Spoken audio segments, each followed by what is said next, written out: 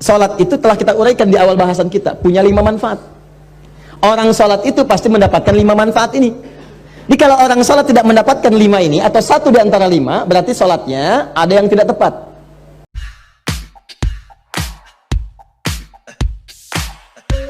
Salat itu telah kita uraikan di awal bahasan kita, punya 5 manfaat. Orang salat itu pasti mendapatkan 5 manfaat ini. Jadi kalau orang salat tidak mendapatkan 5 ini, atau satu di antara 5, berarti salatnya ada yang tidak tepat.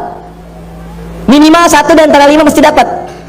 Jadi kalau yang 5 ini apalagi berkumpul dalam diri kita, ini menunjukkan 100% salat kita diterima oleh Allah Subhanahu wa taala. Satu di antara 5, alhamdulillah, ada penerimaan dari Allah Subhanahu wa taala. Yang bahaya itu kalau satu pun dari 5 itu nggak ada yang dapat, maka ada yang salah dalam salatnya. Ini menandakan belum diterima salatnya oleh Allah Subhanahu wa taala. Nah, contoh yang pertama, misalnya Quran surah ke-29 ayat ke-45. Anda hafal salat, Anda hafal ayatnya insyaallah. Innas salata tanha 'anil fahsya. Sungguh salat yang benar itu, demikian cara menerjemahkannya. Sungguh salat yang benar itu saat ditunaikan, maka dampaknya akan mencegah pelakunya dari 2 sumber keburukan. Jadi sifat dan sikap buruk itu hanya 2 sumbernya. Kalau bukan fahsya itu mungkar. Fahsya itu keburukan yang datang lewat syahwat. Maaf ya, pornografi, porno aksi, LGBT, kata-kata jorok, gambar-gambar yang seperti itu fahsya namanya. Jadi kalau Anda sholat, Anda masih menikmati kata-kata yang kotor, tontonan-tontonan, gosip-gosip yang tidak jelas, gambar-gambar yang erotis, itu fahsya namanya. Jadi kalau orang nggak sholat, kata-katanya kotor, dia nggak sholat. Tapi kalau Anda sholat, tontonannya, ucapannya, pendengarannya menjurus kepada fahsya, ada yang salah dalam sholatnya. Ada yang salah. LGBT, yuk, saya ajak Anda sadar lah, yuk, ayo sadar kembali. Kita doakan, kita bantu jadi manusia yang baik. Ya, jadi manusia yang baik, kita dorong jadi baik. Sayang itu artinya memberikan perhatian supaya sama-sama punya level kebaikan.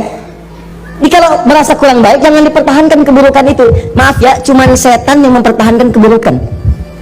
Karena beda manusia dengan setan salah, nggak kenal benar. Karena itu setan salah, nggak mau tobat. Kalau manusia itu salah dan tobat. Jadi kalau ada manusia salah nggak mau tobat, patut dipertanyakan dia manusia apa bukan. Itu rumusnya. Adam itu manusia, salah, turun kalimat tobat. Quran surah 2 ayat 37, tobat. Diucapkan kalimat tobat, Quran surah 7 ayat 23. Begitu diucapkan, diterima tobatnya. Fatalaqa Adam min rabbi kalimatin fataba alaihi. Apa kalimatnya? Rabbana zalamna anfusana wa illam taghfir lana wa tarhamna lanakunanna minal.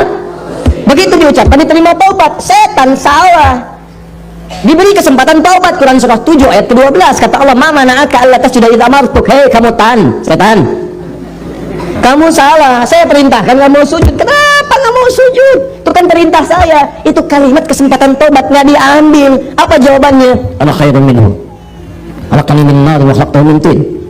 Saya lebih hebat daripada Adam. Saya diciptakan dari api, dia dari tanah, nggak level. Dari api harus sujud kepada yang tanah. Marah Allah, fakhruj, keluar kamu, keluar. Nah, jadi setan itu diminta tobat, diajak baik, nggak mau. Kalau manusia itu beda, diajak baik jadi baik. Jadi kalau Anda misalnya mendapati keluarga, teman, kawan, kemudian dia salah, diajak untuk jadi baik, nggak mau, itu tandanya bukan. Tandanya dia sedang dipengaruhi oleh setan, bukan tandanya dia setan. Ibu punya suami, diajak baik, bapak jadi baik dong pak, mama ini ngajarin papa, setan. Bukan. Ada pengaruh di situ. Jelas ya? Balik sini. Jadi orang salat itu pasti menjauh dari perbuatan fahsya, mungkar, keburukan yang diingkari oleh hati kita. Sumbernya nafsu perut dengan akal. Nafsu perut itu maaf, materi, mencuri, nafsu perut tuh, korupsi, kolusi, menipu. Nggak ada orang salat nipu, mustahil. Ini yang paling aneh, orang salat dia ikut salat baru takbir keluar mencuri. Wudu, habis wudunya apa? Akhi, apa kabar? Dipakai juga. Sholat takbir, begitu takbir khusyuk kelihatan. Rakaat pertama mundur, tas orang diambil. Ada yang mundur, kotak infak di bawah. Ada yang salah, mustahil.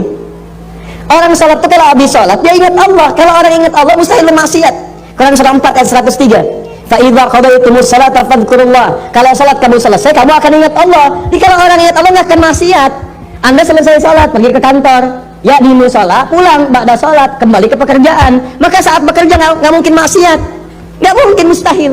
Nggak ada tangan mudah menggerakkan, angka bertambah, tanda tangan kwitansi dinambah, cek kosong diisi nggak benar, broker macam-macam, itu mustahil orang sholat demikian, mustahil.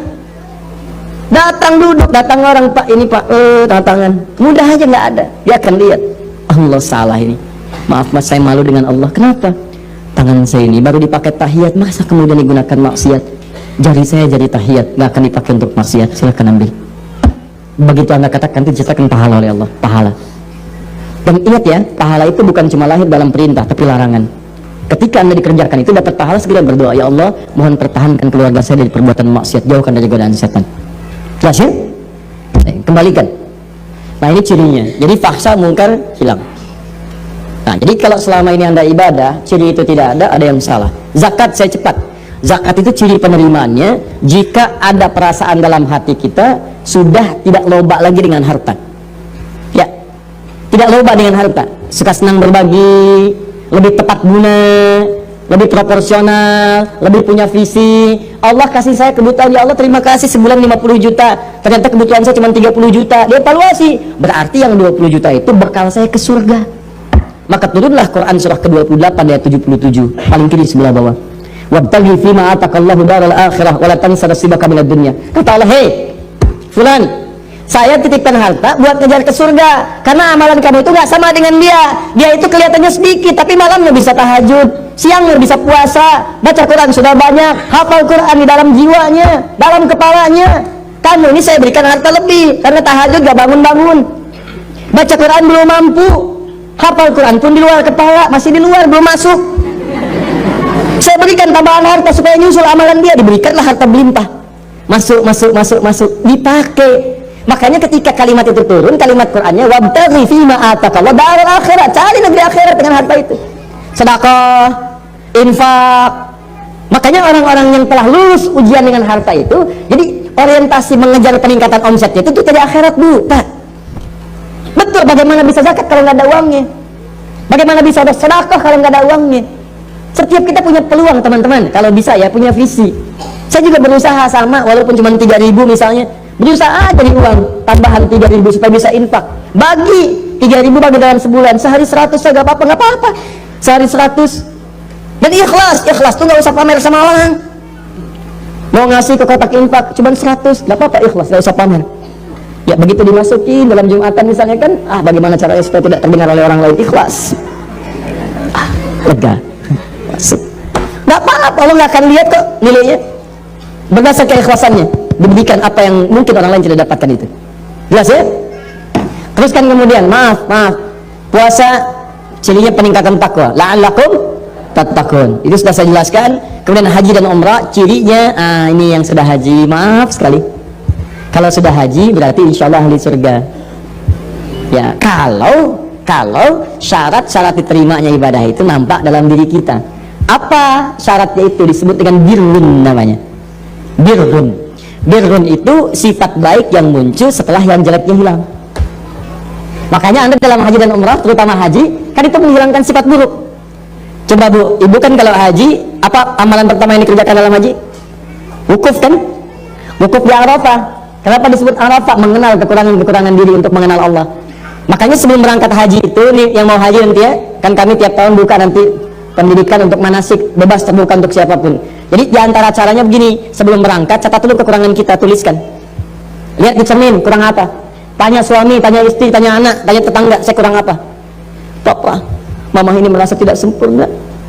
Memang, misalnya, Bapak tolong dong Pak, jangan bercanda, sampaikan kekurangannya, gitu kan? Ya sudah, ayo mama tulis nomor 1, tulis, gak apa-apa. Nomor 2, nomor 3. Mama, nomor 1 hapus aja, itu sudah nggak jadi. 2, ya, terus 3, bisa tuliskan, 4, terus dulu sampai selesai. Bisa contoh kan?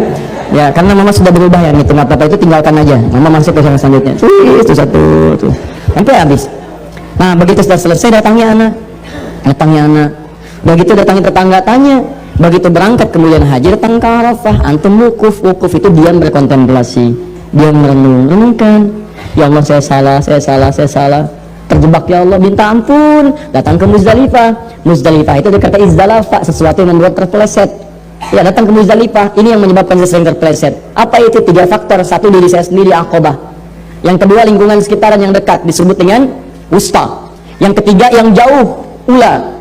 Walal akhiratu khairul laka minal ula. Kadang-kadang maaf, perbuatan buruk itu bukan karena orang lain, karena diri sendiri nggak bisa nahan nafsu. Teman lewat, nggak negor kita, kita marah, bukan karena dia nggak negornya, karena Anda tidak bisa menahan amarah Anda.